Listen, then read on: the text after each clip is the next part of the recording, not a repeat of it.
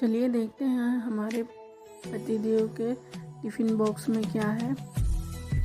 ये मैंने बनाया था शाही पनीर, ये जीरा राइस और ये पराठा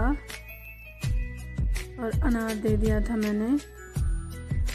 सुबह में नहीं खाते तो दे दिया था और एक सेब काट के दे दिया था। सुबह नहीं खाते तो लंच में दे देती हूँ, नहीं तो सुबह खा लेते हैं, कोई दिक्कत नहीं होती है।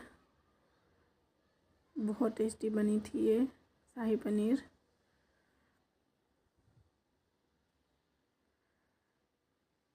ये पैक कर दिया मैंने उनका लंच।